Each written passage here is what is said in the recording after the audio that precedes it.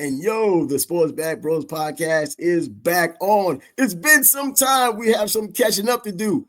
We're going into another week of the NFL and also college football, but there's been so much NFL going on. Even baseball has crept into the chat. Things are going on there. The playoffs are now in October. Now we're going to be heading into a World Series in November, but we'll have so much to talk about now. So let's get down to it. We started on a Friday instead of a Thursday. That's what I was talking about, things to catch up on.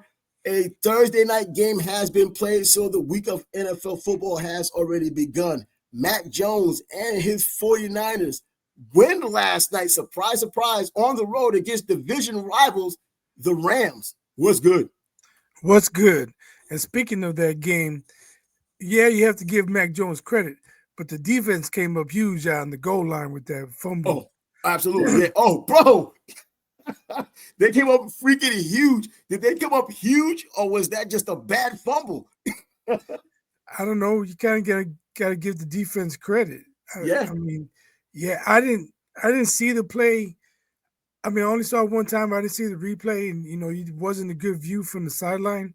But I would think you got a good, strong, tight hold on that Brock when you're trying to get in the end zone. And that's true. But those are some strong-ass dudes down in the end zone, strong dudes on the NFL team, period, all clawing and scratching, trying to get that ball away, and they got it.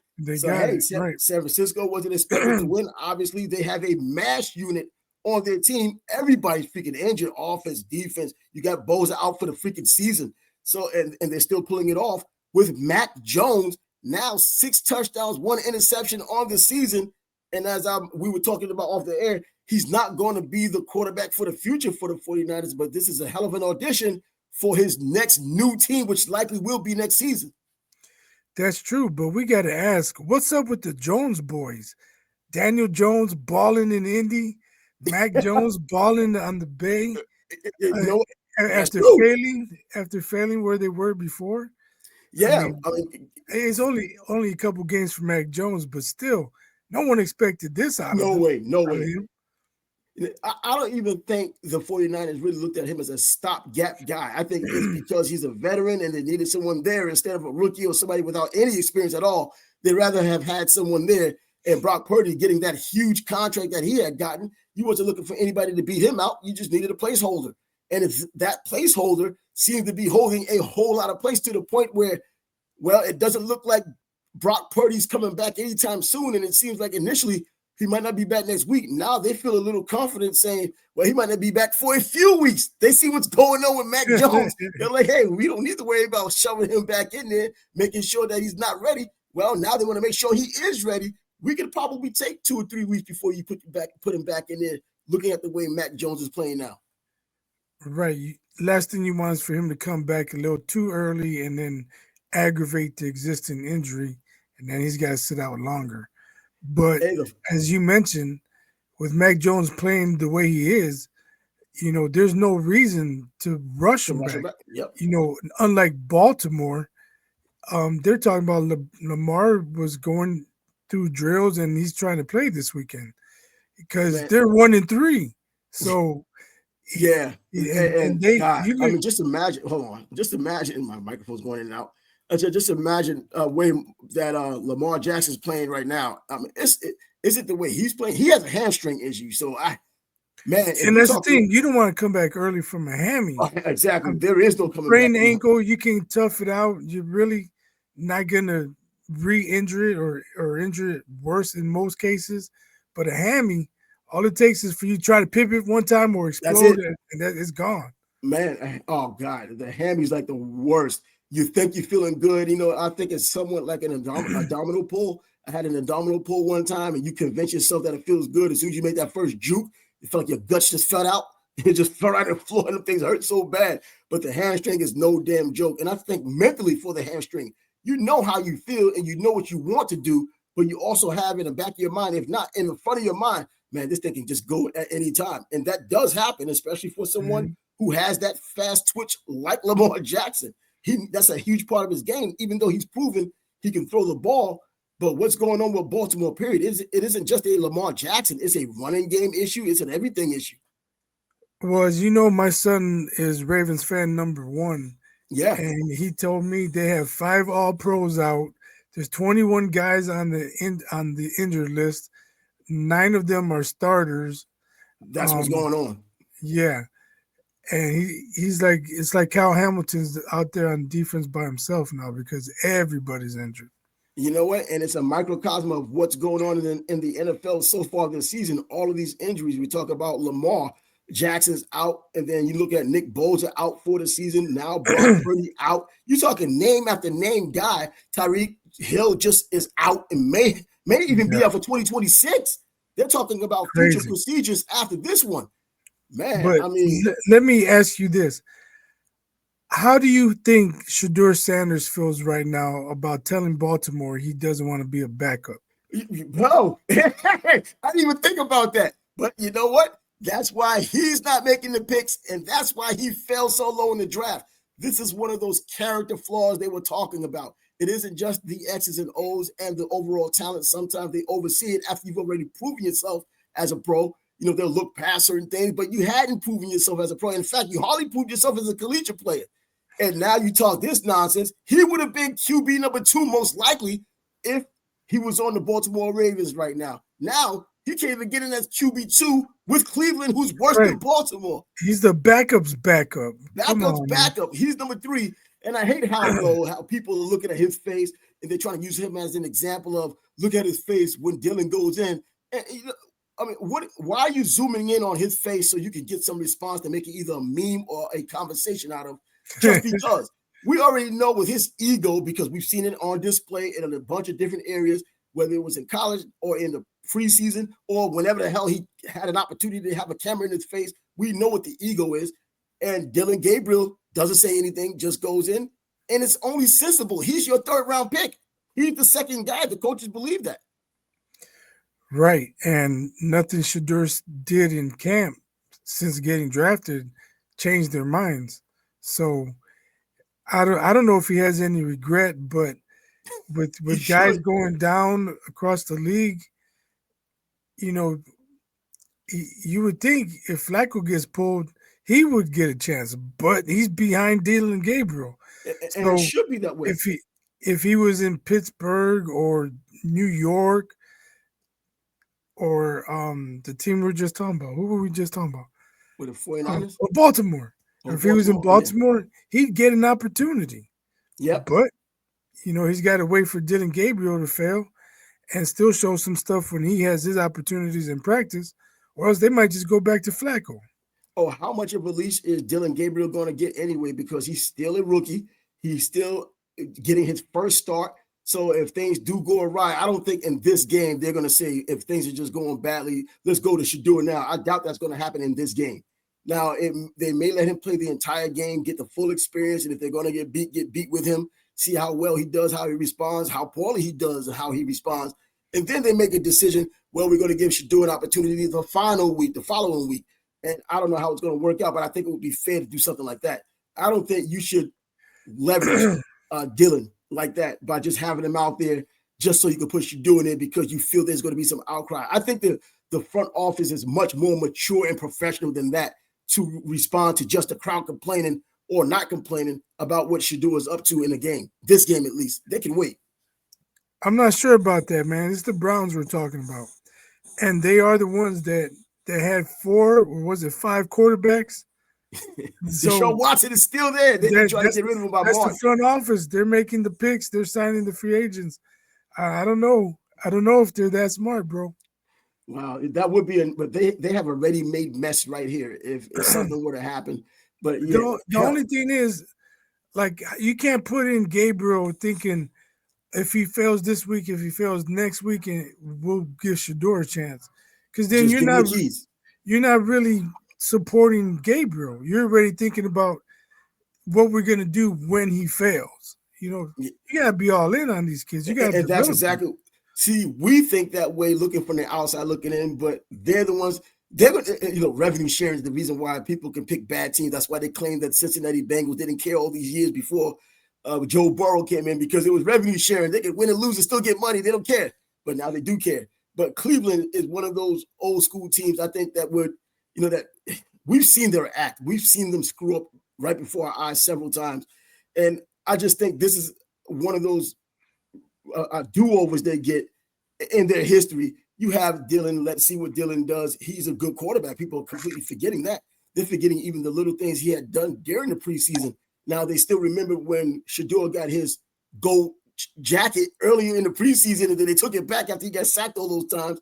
But he deserves to be where he is right now as a third stringer. And when his opportunity comes, he'll have his opportunity. I remember earlier during the preseason, they were talking about them. Why don't they just get rid of him now? Because the Jets need a quarterback.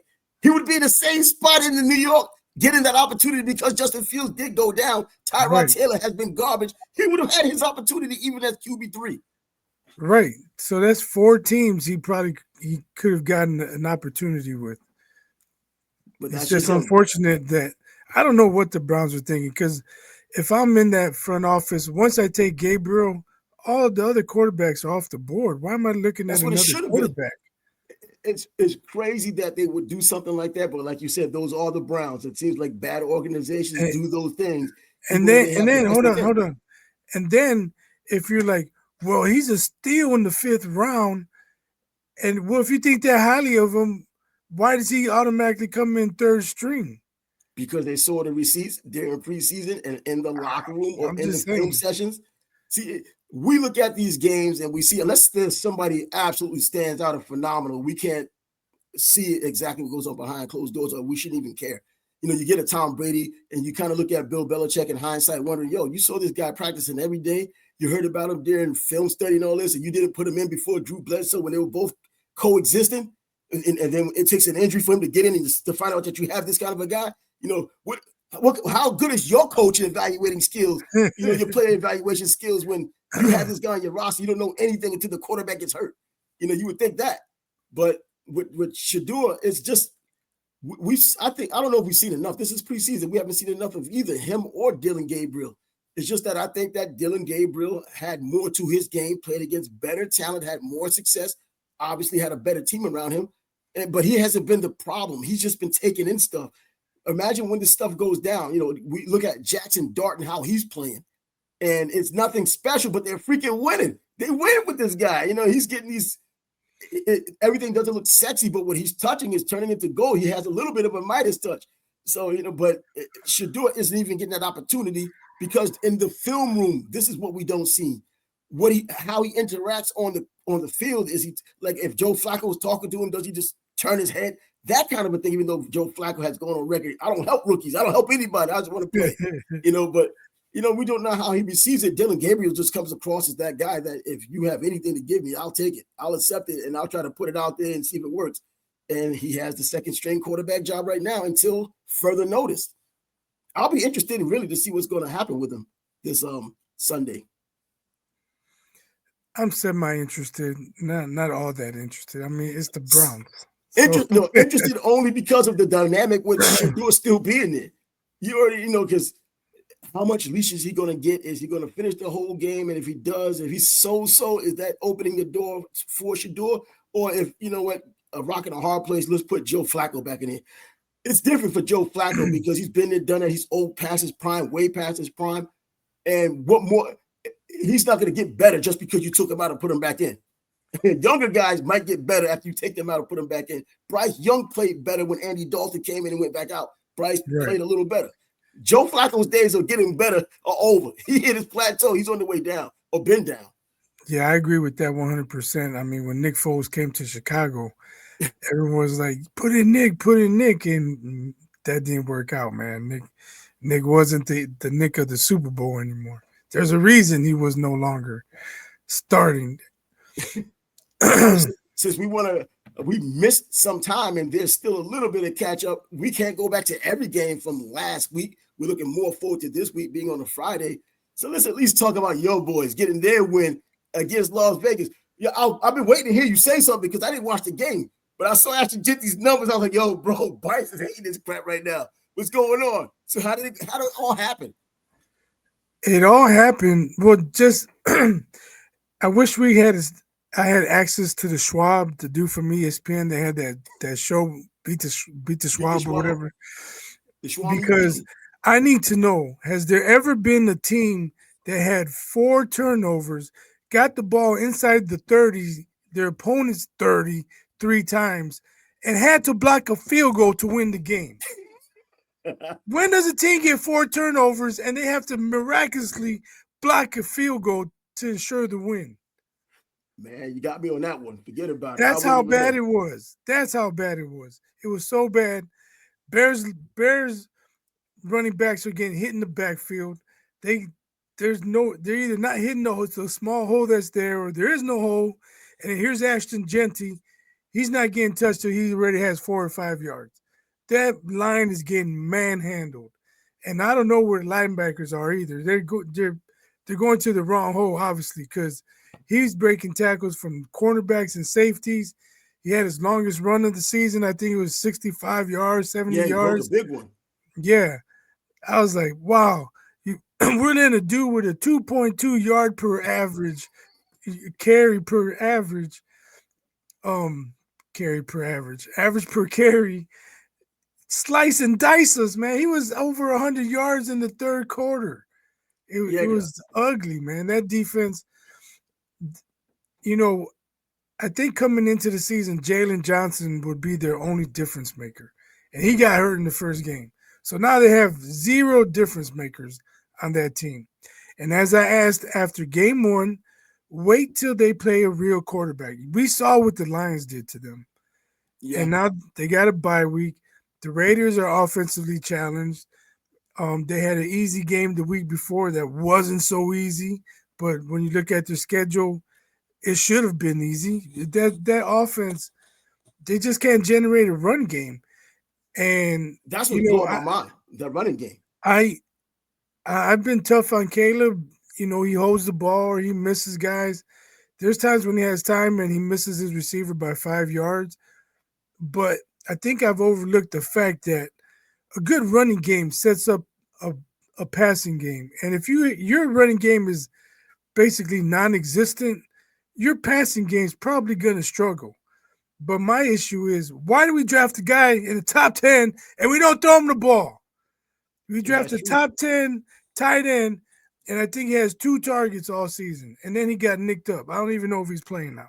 So those are the types of things that confuse me as well. These guys are out there. You see them in practice. They're part of the game plan, and you can't find a way to get them the ball. It's not like they're being covered all the time, or are they? But we're just watching from the standpoint of watching the game, regular game. We don't have the film in the booth that has the entire field where you can see if he's locked down or if there's some disguise that's going to jump the route as soon as he turns around. I don't know, but I do wonder with these tight ends or even players, period, that you get and you think they should be open, or you wonder why they're not getting the ball. And if they're a first rounder, you expect them to get the ball and they don't get it. So I don't know. I'm not expecting him to be Brock Bowers. I think, Brock Bowers coming out of college. Special. Exactly. But I think he has 1 catch all season. He's not even Cole Kmet. Kmet gets like four catches a game, maybe like 6-7 targets. I'm looking for Loveland all day, every day when the Bears are playing. But what really gets me is, all right, you draft him and you're not utilizing him. If you weren't going to use him, why not draft a lineman who could help block, a guard, or a defensive lineman who can stop the run, or an edge rusher, put some pressure on the quarterback? Because those are 2 glaring holes, actually 3. They can't stop the run, they can't put pressure on the quarterback, and they can't run block.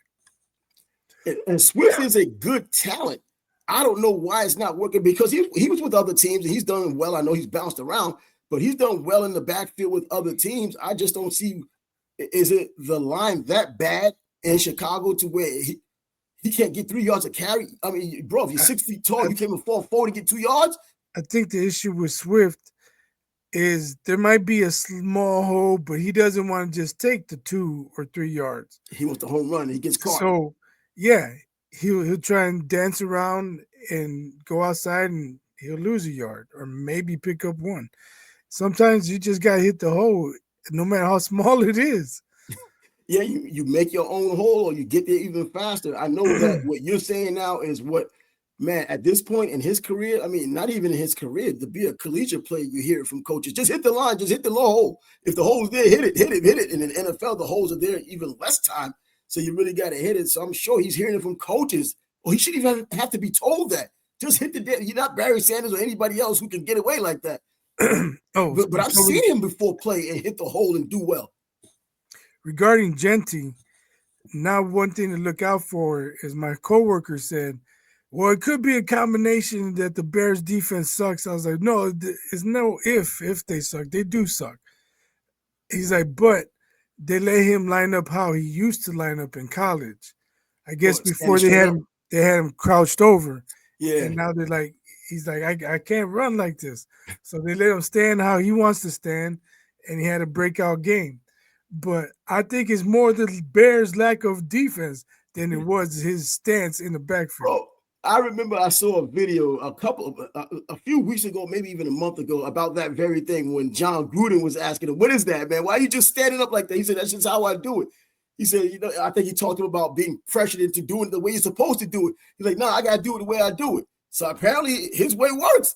If he's been crouching down like they've said all this time to dot the I, or even just being in the backfield, and now he's back to just standing there like he's usually chilling, waiting for somebody, and then he gets some yards. Maybe that might be something psychological. Just even though as physical as things are, maybe it's psychological of him identifying holes and being able to make reads, and he has the physical gifts in terms of speed to get there. Yeah, you never know. That's why I said we have to watch and see how it plays out. But I think that might be a bad thing for the league, because then other players are saying, well, this is how I feel comfortable. I don't want somebody wants to sit there like this. Taking gangster picks. A linebacker, he might want to stand sideways, or who knows, I don't know.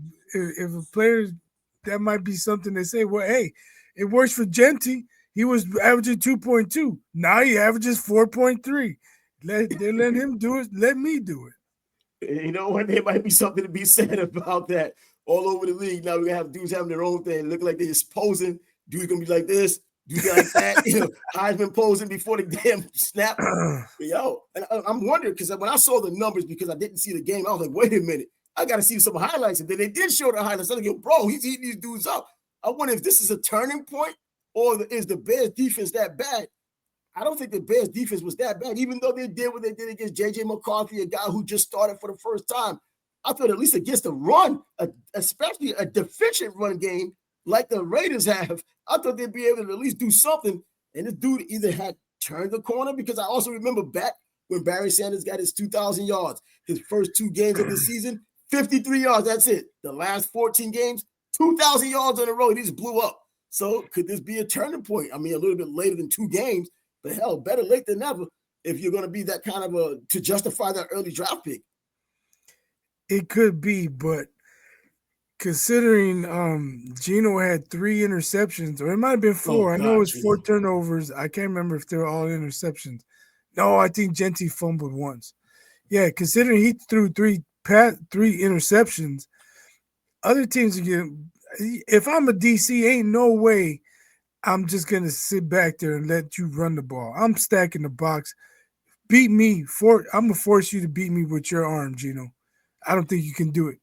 Yeah, Geno's time has passed. I know he had a bit of a renaissance in his career, and I like that he had done it with Seattle and got paid, because he was the Jets' second round pick when he came out of West Virginia. I was hoping that he was the guy. He didn't stick around. He moved along. He looked like he had a resurgent career, and he did. But, he's also long in the tooth now. And one of these guys, I'm not going to say it, like he's a bit like Joe Flacco without a ring. But he's not playing well anymore, throwing 3 picks, obviously not helping his damn team. And I don't know where he's going to go from here. But, yeah, that's I guess, one of those things. Playing badly, throwing 3 picks. Hell, make those dudes run the ball. Try to stop that run. Force them to throw it. So 4 weeks in, how are your Super Bowl picks looking? I got the 49ers and Bills. Man, look here. Actually, the 49ers got 5 victories. I think I screwed up. I took the Bills, but I screwed up with the damn Commanders. I screwed up the Commanders. Bro, those dudes can't help themselves. Jaden Daniels been out for a couple of games now. He's finally coming back. But, let's see how that turns out. But it doesn't look like they're going to be the team. He didn't play that well while he was in. That's what I was about to say. He looked like he was going to do something of a sophomore slump himself. Yeah. I should have just taken Green Bay, like I was thinking, just couldn't think at the time. I'm like, you know what? Shoot, what's the deal? Oh, like, let's go with the Commanders because, hey, Jaden Daniels is a freaking magician. Now he seems to have disappeared from his own team. But Packers, they look like a strong home team and an absolutely dog shit road team. Dog crap on the road, you know, and man, and what a mess. I mean, isn't that didn't the Cowboys have a tie? It was a tie, right? Yeah. God, I mean, how often do Cowboys we've seen more ties of late, huh? Cowboys and Packers tie. Cowboys and Packers tie. I say we've seen some ties now in recent NFL seasons more often than we've seen ties in a long time. And I don't know how it's happened like this. I think there's been a handful of ties in like the past 4 seasons, and that wasn't happening before.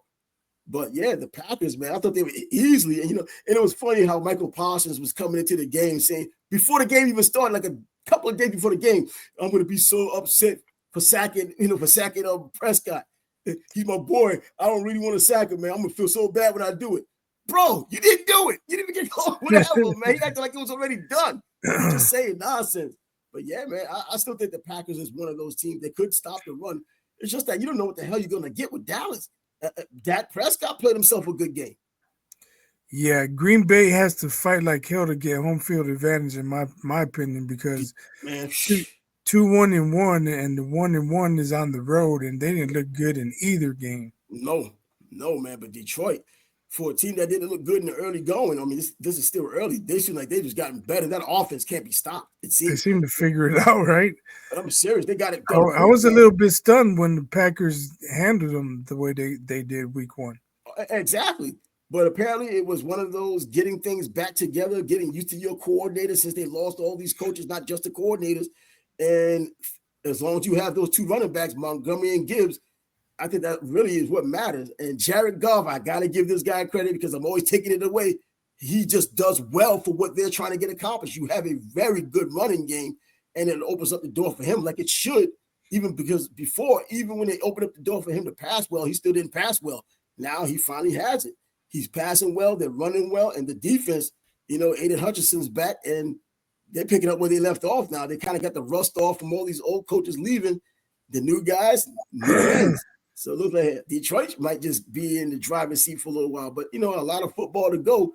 But, hey, they got it back on track before it got worse, going by the way it started off. Right. I think right now, even though they lost to the Packers, I think the Lions are the best team. Well, besides the Eagles.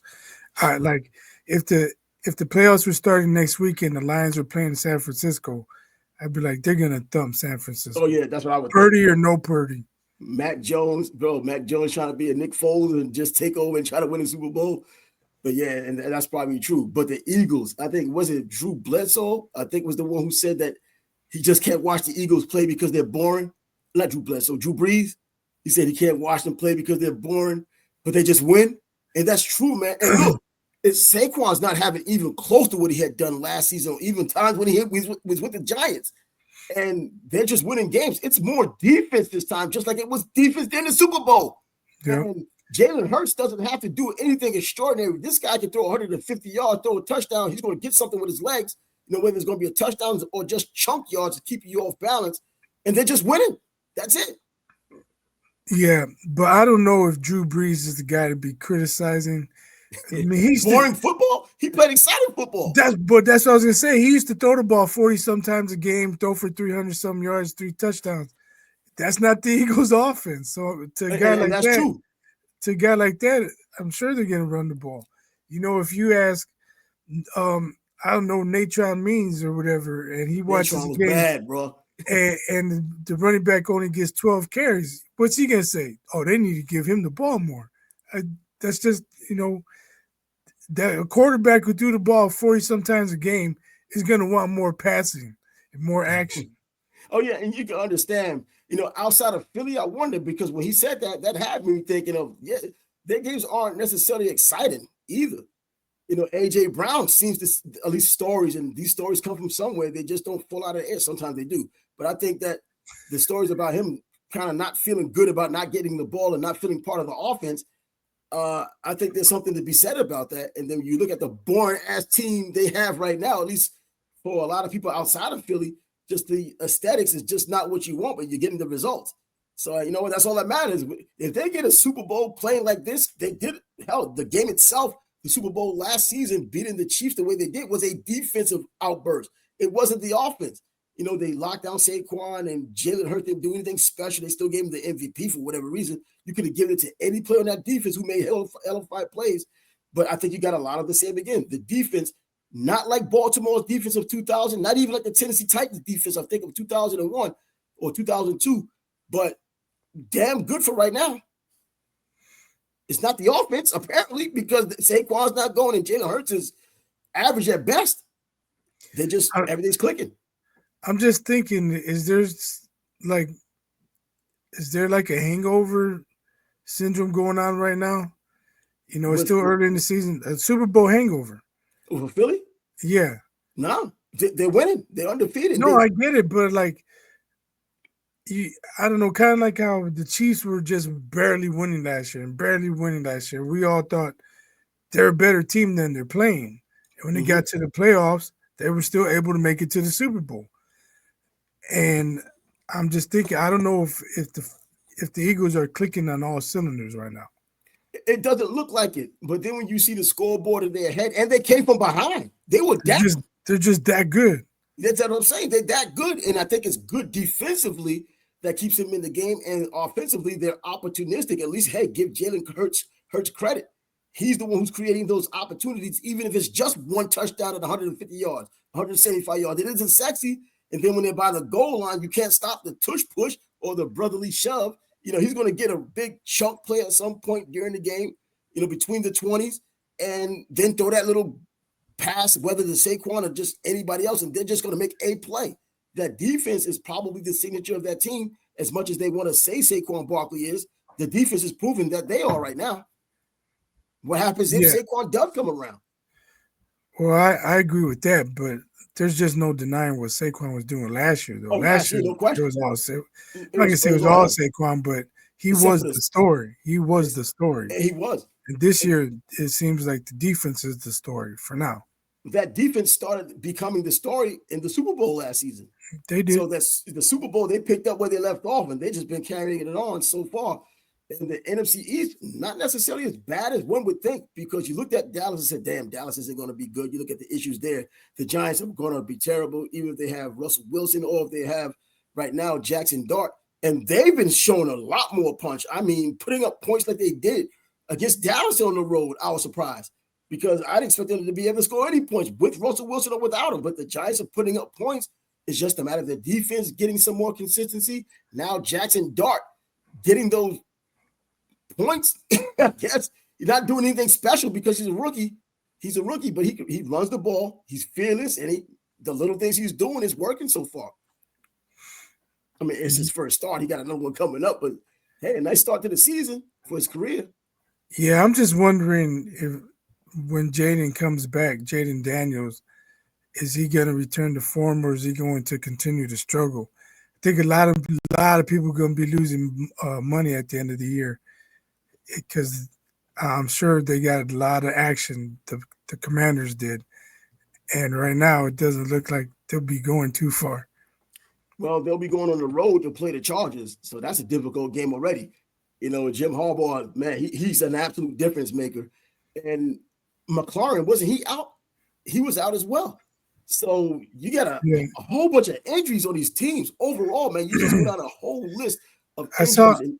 I saw a video John Gruden was talking about it. He's like, this is what happens when you don't let players practice and you don't let them play in the preseason. He said the NFLPA is out of control.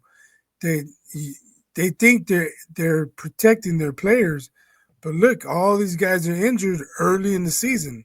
And he's saying because their bodies aren't ready to play the season.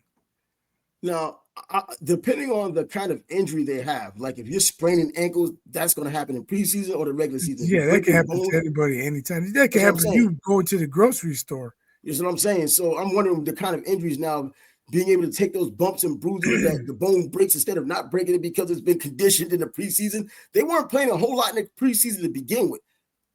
And I think that continuity. I think he's talking more to practice. Like they don't hit in practice anymore. And that's Most true. of the time, they're just a helmet and shorts. Isn't that the CBA anyways now? It's a CBA thing. It's not even a coach wanting to do that.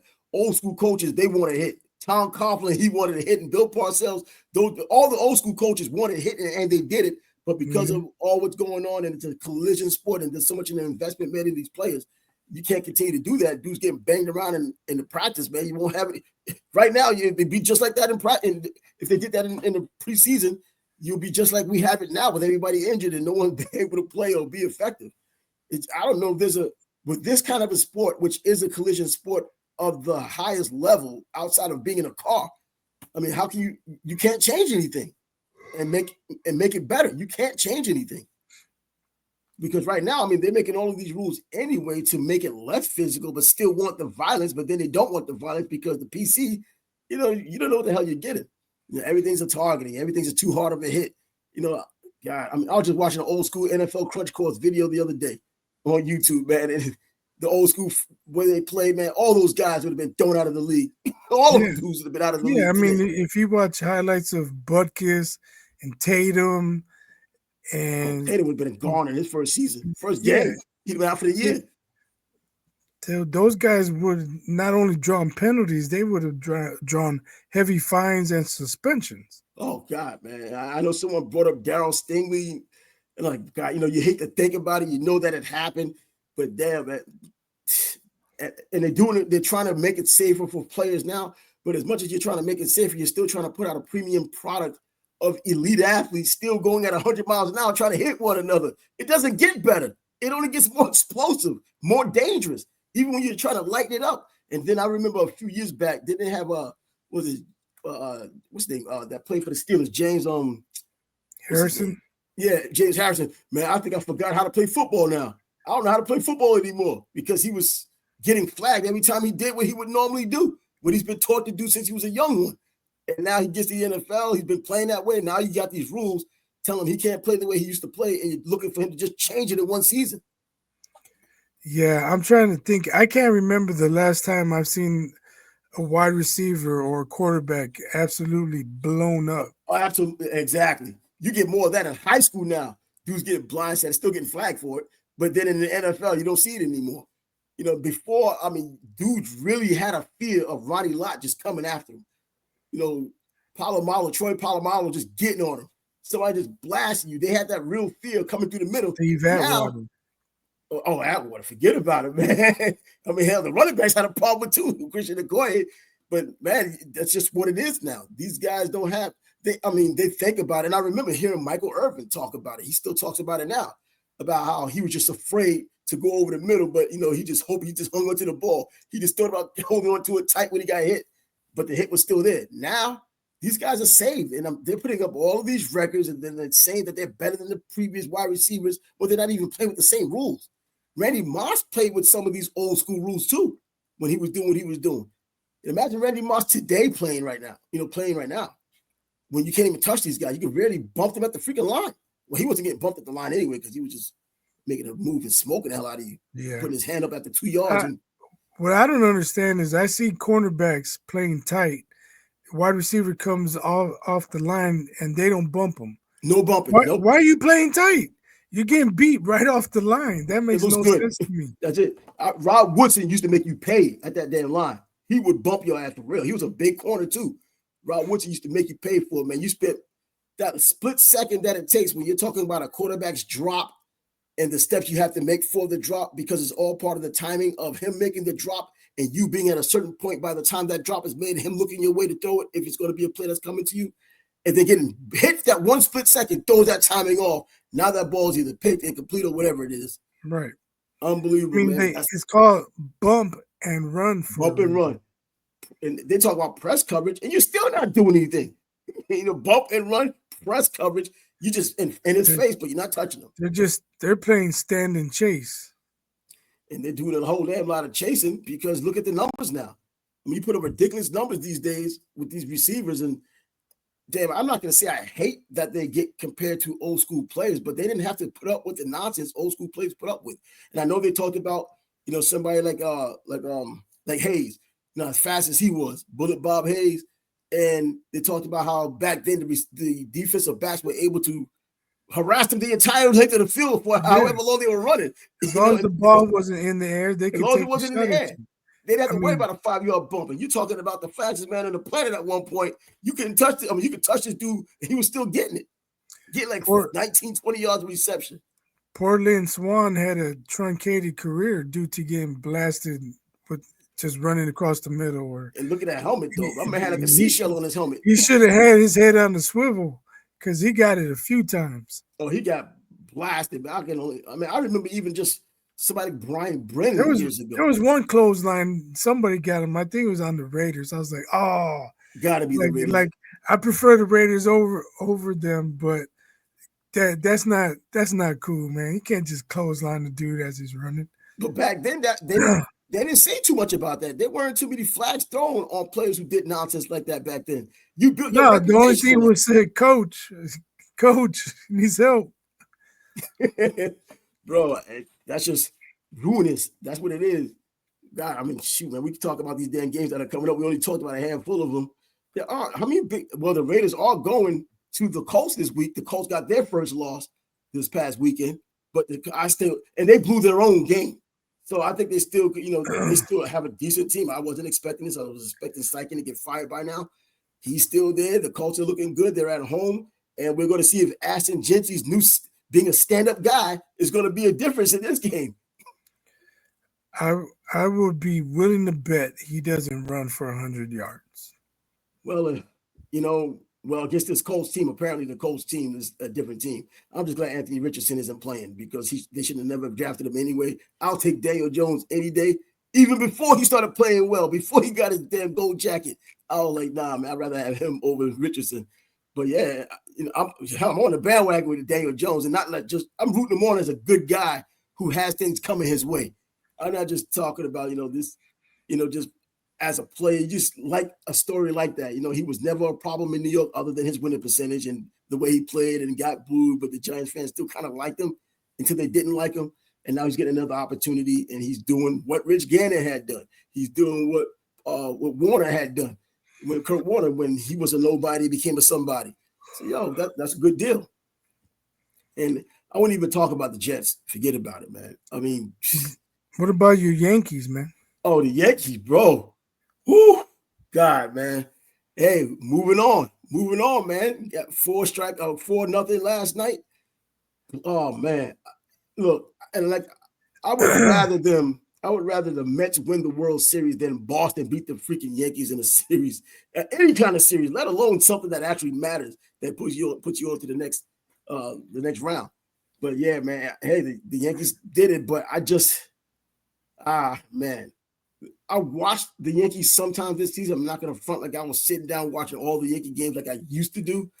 But, man, there's always been something. Even with the nice record they have, Jazz Chisholm was out a lot this season. He's back. His speed matters more than anything. It matters more than his bat, in my opinion, because once he gets on base, he's a pain in the ass. But, I don't know. There's still a lot to be decided. There's teams like the Toronto playing Toronto.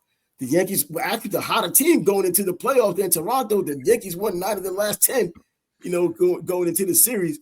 And to a degree, I was glad they actually got the wild card because, of course, Yankee fans, we need to win the pennant. No, get the wild card. The reason why is because the way they were playing on the streak, you don't need any breaks to where now the continuity's broken and the rhythm's gone.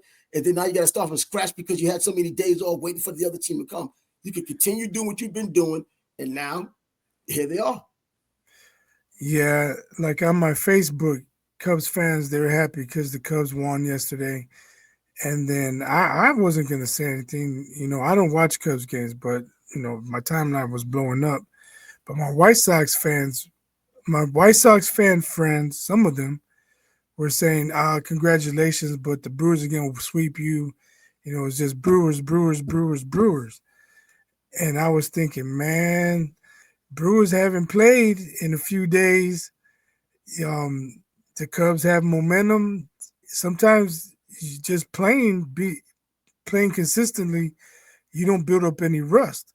Or, it doesn't take you a game or two to get back into the baseball mentality or, just get your timing back. You there? Looks like we lost Trav. We did. It's just me now. This is weird.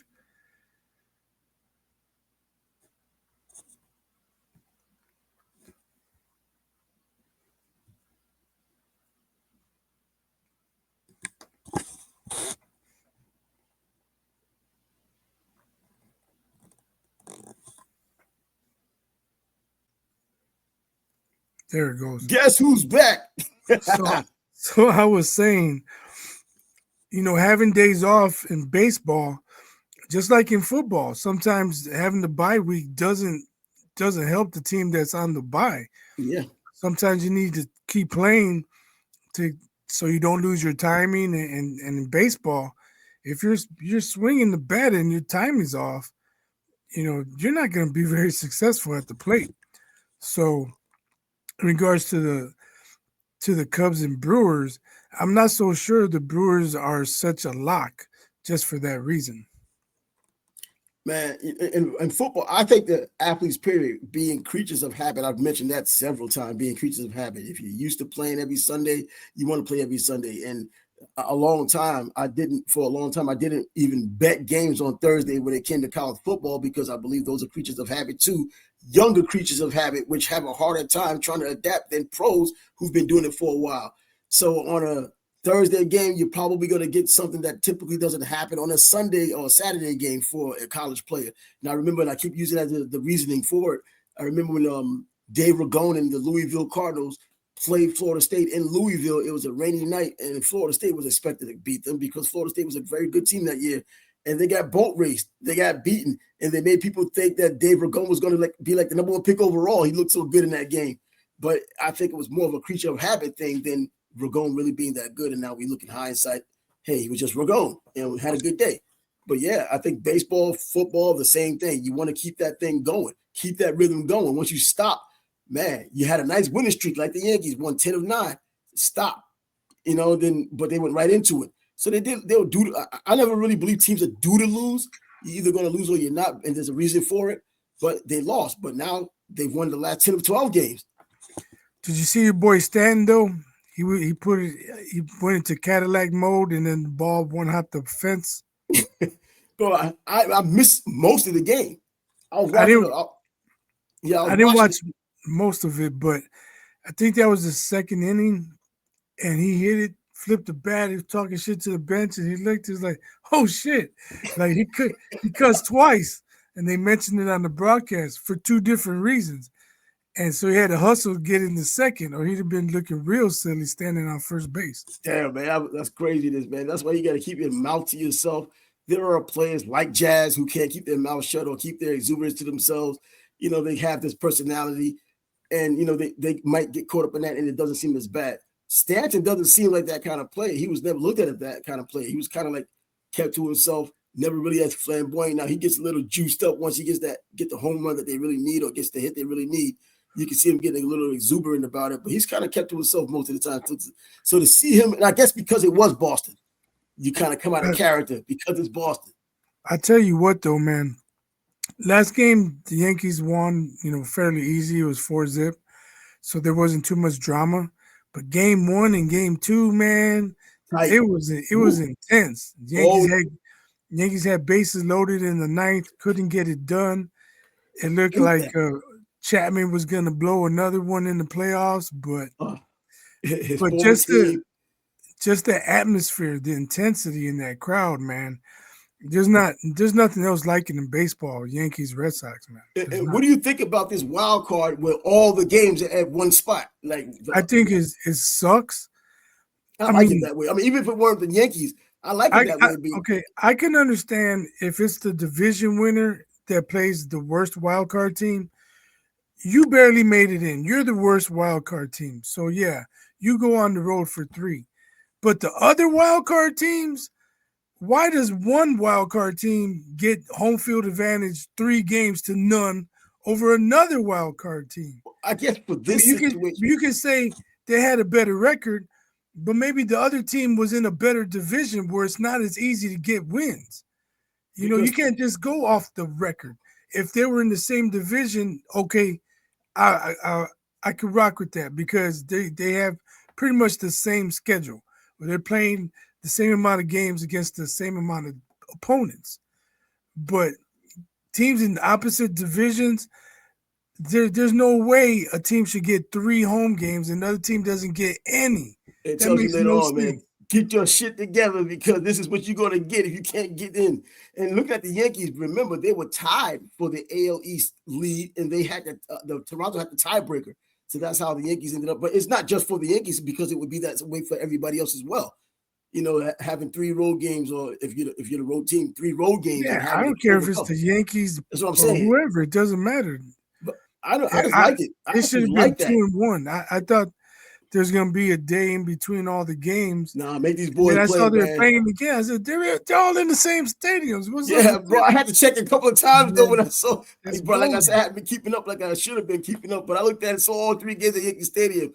I can dig that. I tell you what, man. I was excited to watch Ellie in the playoffs.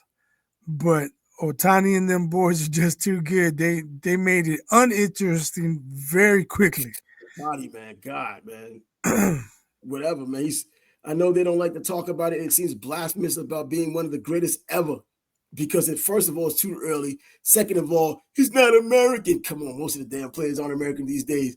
This dude has to do anything. Because people kind of gravitate to players like that because if he's an American, they'll just boost him up. If he's an Asian guy, you got all the Asian fans that's going to be interested, and even people overseas because he's representing their country, that kind of thing. So I can see how it would play out that way. But this dude is a transcendent player, and he's the best player. Hey, I don't know. For years, it's been blasphemous. I don't know. I can't say I don't know what reason. I can think of a reason why you couldn't put anyone over Babe Ruth. Whereas if you look at history, there's been a lot of players better than Babe Ruth. Better batting average, just as many home runs or triples or whatever. Man, they would just meant as much to their team. Barry Bonds and Babe Ruth, who's better? Then of course they'll mention the juiced Barry Bonds and the one that wasn't juiced. Or you can kind of go down now, Aaron Judge or Babe Ruth. They played for the same organization. Who's best? I mean, they haven't any championships. If you just look at man for man, who's the better player? It's just that there's been so many players. I mean, Willie Mays. If you just go down the list of these damn players, man, that's probably better than Babe Ruth or easily better than Babe Ruth. It sucks, but sometimes people can't leave that nostalgia alone.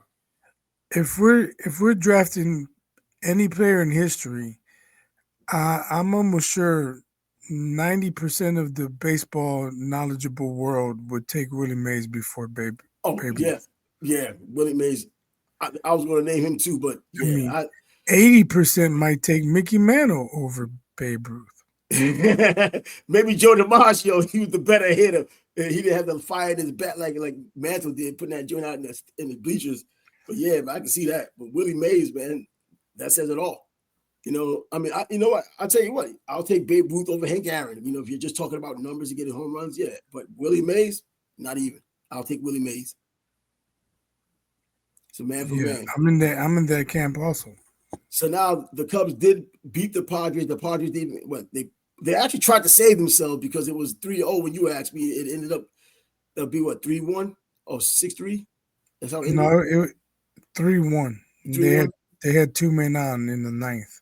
Yeah, and they couldn't pull it off. But the Padres, you know what? It's nice to see them in the playoffs anyway, man, because they've been like stepping stones, or not even stepping stones, doormats for so many years. And you think about Tony. Honestly, I think considering all the talent they've acquired, signing Machado and Tatis. Yep, that's what I thought they would get it done. That's why they're there. Yeah, I think they've had a disappointing season. And that's what I'm saying. I'm thinking with that kind of talent, it's a disappointing season. But I'm glad and not just losing to the Cubs in the first round. Like I think they should have won more games and put themselves in a better position. A better position to win the division as well. But you have those Dodgers there, and I'm not going to be the one to talk about how you can't beat that payroll because for years they could beat the Yankees payroll and the Yankees weren't winning games. But yeah, but it's nice to see those teams, a team like the Padres, have a chance to consistently go to the playoffs. They have a young core, and if nothing changes, hey, they may just make that next step. But as long as the Dodgers are playing the way they're playing, man, and adding players the way they're adding players, man, it seems like it's a Dodger world until you can prove otherwise. But now we got some new blood in the playoffs with the Brewers there. That's a nice little thing I wasn't expecting. The Mariners, you know what? When those Mariners being as good as they are right now, it didn't necessarily remind me of way back in the day when you had A-Rod and Griffey Jr. playing. But they got something started to where this isn't a one and done. I don't think next season they're going to all of a sudden come back to the pack. Like Baltimore didn't play anything like they played last season or the season before. This coming season, Tampa Bay, typically a pain in the ass in the AL East, they weren't a pain in the ass this year like they would normally be. But I think they had other issues with the field. Yeah, they're playing in front of 2,000 people, right? And they're mostly Yankee fans. George Steinbrenner Field. I pass that joint all the time when I go down to the University of South Florida, whether just to visit or watch a football game. You pass that joint. And like, damn, that's a damn shame, man. These dudes got to play in a minor league stadium. But in reality, they were doing the same thing at the Trop. The same 2,000 people showing up, 8,000 people. Maybe. They weren't getting any damn body. And a group from Jacksonville has now bought the Tampa Bay Rays. And so we'll see how that plays out later on. So that's interesting to see. They're not moving them. They're going to just find another spot down in the Tampa area. My last thought on baseball for now is, baseball is nothing if it doesn't have stories. And one of the stories I'm looking forward to is seeing Shohei Ohtani come in the ninth to close it out or maybe an extra inning game. It's the 13th and they need somebody. Hey, Shohei, go warm up. We need you. He'll do it. Now, will he be successful? But he'll do it. He's not going to turn down the opportunity. When you can pump 98, 99, you got nasty pitches. You may not have to pitch consistently every day to get 3 outs. If you're asking him to start game 7, maybe he can't go that long. But 3 outs, yeah, I think he can do it. At the closing spot, all you need to do is throw gas. He can throw gas.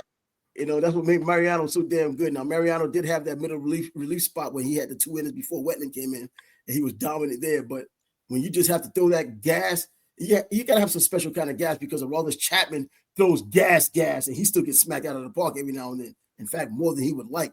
This dude throwing like 103, 104, and still smacking him. Mark Wohlers was a lot of the same.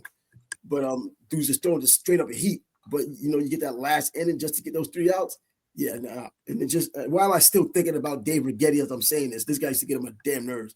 But Dave Rigetti's annoying to me. Just he got that freaking no-hitter on George Steinbrenner's birthday, man. They still freaking give that guy love for that. But anyways, baseball. Well, he kind of earned it then. He threw a no-hitter. Yeah, he threw a no-hitter. It was on George Steinbrenner's birthday, July 4th. It was awesome. Rick Cerrone was the catcher. I still remember that as a kid. And but then I saw him as a closer, and I went to the games, and I was behind home plate watching him throw that heat and getting smacked. Never mind, close my eyes. Come on, man. But yeah, man. So we get to go into this weekend of college football as well. Last weekend we had Georgia and Alabama, big game. Ty Simpson played a hell of a lot better than he played against FSU, and it's rightfully so. That was his first real start without having to look behind his back. He's the guy, no questions about it. He improved so much, his accuracy, his ball placement, even his athleticism, running straight line with good speed. He doesn't have great athleticism to shake you, but he doesn't need to. If you have your back turned, this dude's dropping 15 yards in your ass before you can turn around.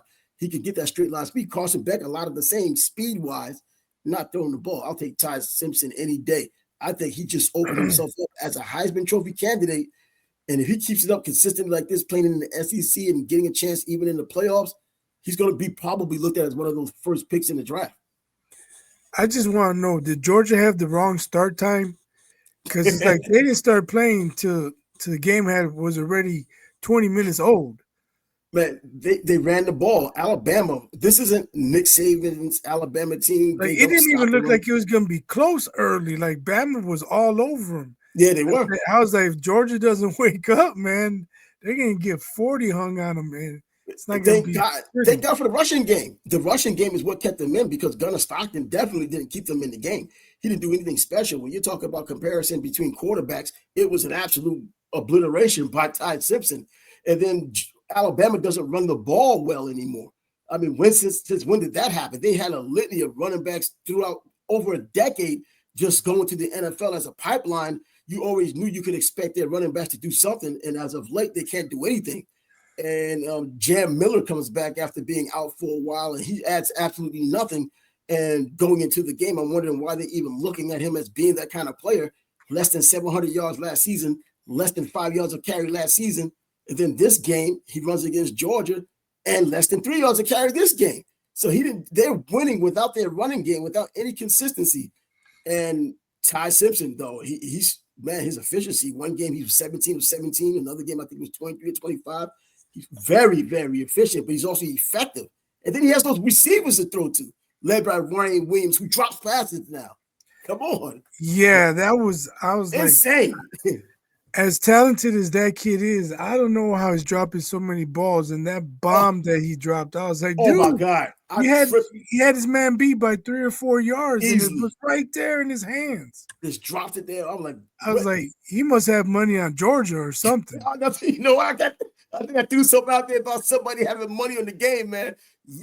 It reminded, as soon as he dropped that pass, I thought about Jerry Rice in 1986 dropping the ball against the Giants.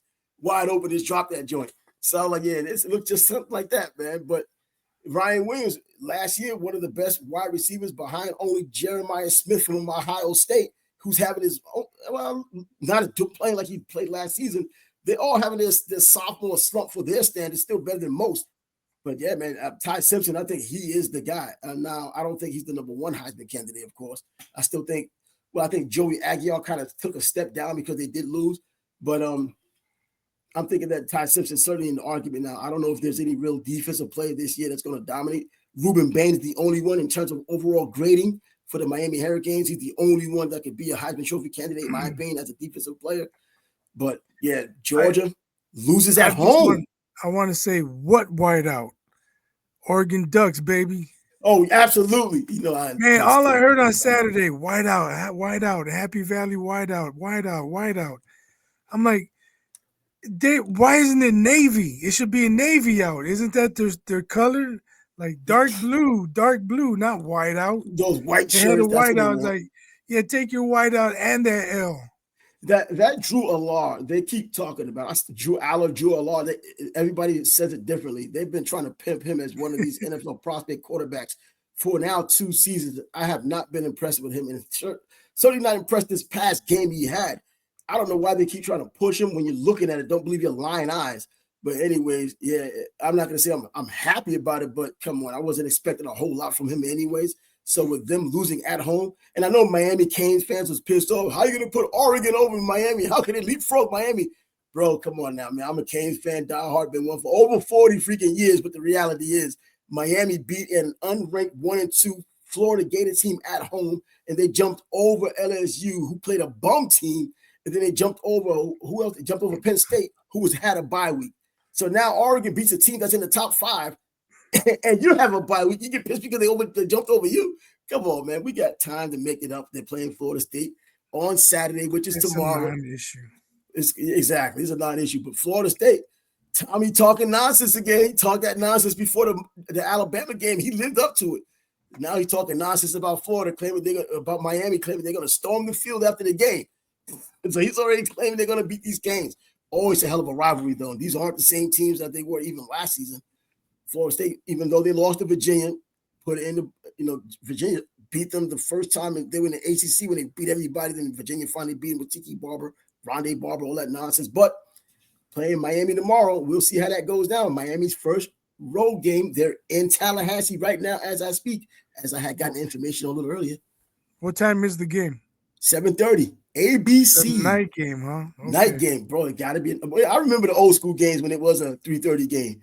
When the Tamarick Vanover days and the Michael Barrow days blasted Tamarick Vanover. It was hot. I liked it. Then you have Marvin Jones blasting Steve McGuire. That was hot. So, yeah, it was on. But, and then, hey, an underrated game. There was one game back in the day. It was a Saturday night on ESPN. And I just remember the atmosphere was nuts. And I think it was the first time Florida State had beaten the Canes in a few years. I'm trying to remember who was on that team. It wasn't the Charlie Ward team. It was before Charlie Ward. But there was just one game. And I remember one particular play. The running back had got tackled, and they gave him the business or something, or it was a face mask. But when they got him down, whoever got him down was talking junk or whatever, and they had pulled his helmet off, and he grabbed the flag from the ref and he threw it in the dude's face. And then he got a flag. Like, you idiot. You got 15 yards. Why are you throwing? You just negated the 15-yard penalty. Was that back in the day? I think the Sammy Smith days, or was it Amp Hill or Edgar Bennett? You mean Amp Lee? It was before Amp Lee. Amp Hill. Amp Hill's from here in Jacksonville. He was a wide receiver that ended up it was before Amp Lee. It was before Work Done. Before Edgar it might have been the Sammy Smith years. I'm not sure. Smith, bro, but I was like, man, these guys don't like each other, man, and the crowd is hype. That was good football back then. Oh, hell, that was damn good football. I remember even the year when Miami beat them 31-0. When Dion and they all made that video back there trying to be like the 85 Bears, and Dion had the Jerry curl the whole nine. In the opening game, Miami beat them 31-0, but then they got Miami back. But that's when Miami had all these sanctions. They blew them out like 46-0, 48-0. When Warwick Dunn just skipped through their asses like Little Red Riding Hood. He just came just skipping through the woods, man, on them. But yeah, but look at another game tomorrow that I don't think too many people talk about, but they probably talk about it now that it's getting closer. Alabama taking on an undefeated Vanderbilt team, the team that beat them last season in Tuscaloosa. Yeah. Time for revenge. Now they have a real quarterback because Moreau was not the quarterback last season, man, that I thought he should have been. Ty Simpson, based on what he's done so far, seems to be that player. But damn, an undefeated Vandy team, 5-0 going into this game. 5-0 Vandy. Hell, 1-0 Vandy sounds freaking odd. They're going to Tuscaloosa? Going to Tuscaloosa because they can't have it in their little stadium. That's just too big a game. So they have back-to-back games in Tuscaloosa. Are they? Yeah. Wow, that's nuts. That stadium is small in Nashville. I mean, I say. Yeah, but you still want a home game, don't you? Yeah, I mean, yeah, they want a home game, but I think they want the money is more. The money that comes from all of their butts. Yeah, man, I think it's going to be a pretty good game. I also think what's going to be a good game is Mississippi State playing against, Mississippi State playing Texas A&M on the road. Mississippi State hadn't gotten any credit. They haven't been in the top 25. I think they're top 25 worthy. They're just not getting the nod, but I think they have a damn good team this season compared to what they were doing last year. But anyway, there's a lot of decent games coming on. Tonight, I already put down. Last night, I put a little money down on the game. And I took what team I took last night? God, I can't even remember putting money down on teams. Can't even remember what the teams are. But I took New Mexico State against Sam Houston State. Sam Houston was a plus, minus 1.5, just a 1.5 point favorite. Come on, New Mexico State at home. They're not as bad as the old New Mexico State teams. They won the game. They blew them out. I think 37-10. It hit the under though. You know, I thought initially about the over 53 plus. But yeah, I didn't do it. I took the 1.5. And tonight, I took the University of South Florida against Charlotte down in Tampa, right by that George Steinbrenner Field. Might get to see some of these Rays hanging out down there. But that's 28.5, so they can win by 29. That's how bad Charlotte is. I was just telling a friend of mine that they should get all the people on death row and force them to watch Kent State versus Charlotte. That'll take care of everything. And that'll be it. They watching that game, they'll be like, yo, bro, I hate what I did. I'll die right here. Two bad teams.